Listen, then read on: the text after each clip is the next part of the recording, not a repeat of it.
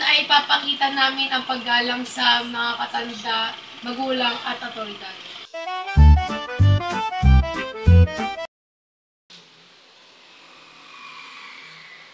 Hello po, Nay. Hello po, Tay. Uy, nak, saan ka galing na? Sa kailangan lang po. Magbukas nga muna kayo ng flat doon, tsaka mag-ulis kayo sa Paris.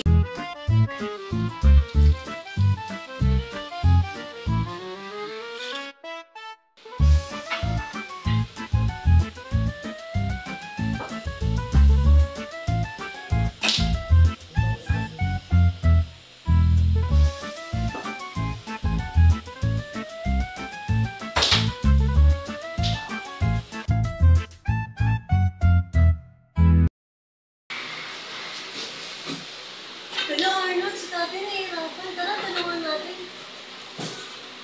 Tay, tulungan ka na po namin. Mga anak, salamat mga anak.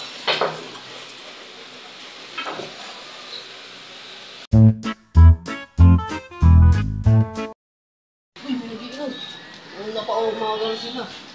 Hoy, ilang taon na kayo? 13 po. Ikaw, bibili na yan. Sa loob din naman patuloy yan. Sige po. Huwag po kayong babalik ha.